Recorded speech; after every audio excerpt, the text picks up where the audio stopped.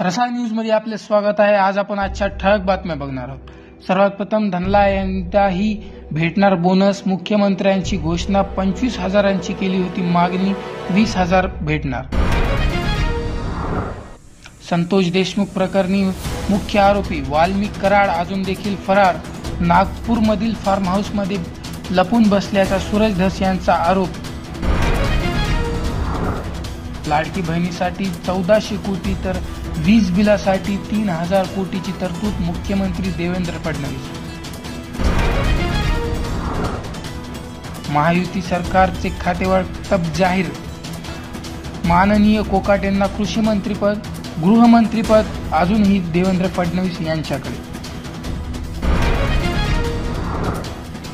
मंत्रीपद भेटल्यानंतर कार्यकर्त्यांनी केला जल्लोष, पुष्पवृष्टी करून केलं नेत्यांचं स्वागत। सूरज धस कोणाच्या बापाला देखील घाबरत नाही, सूरज धस यांचा विरोधकांना इशारा।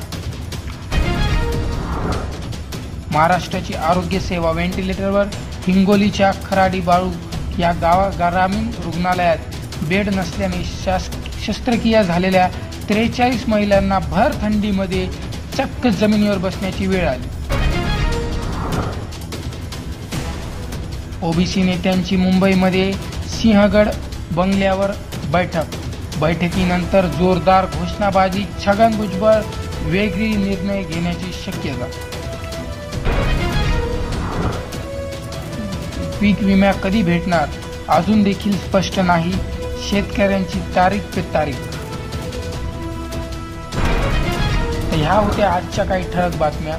आपल्याला अशाच नवनवीन बातम्या लवकरात लवकर ऐकायच्या असतील तर रसाळ न्यूज या चॅनलला सबस्क्राईब करा व आपलं मत कमेंट सेक्शनमध्ये मांडा। आणि ही व्हिडिओ आवडल्यास नक्की लाईक करा व ही व्हिडिओ सर्वांपर्यंत पोहोचण्यासाठी ह्या व्हिडिओला नक्की शेअर करा। आजसाठी एवढेच। जय हिंद, जय महाराष्ट्र।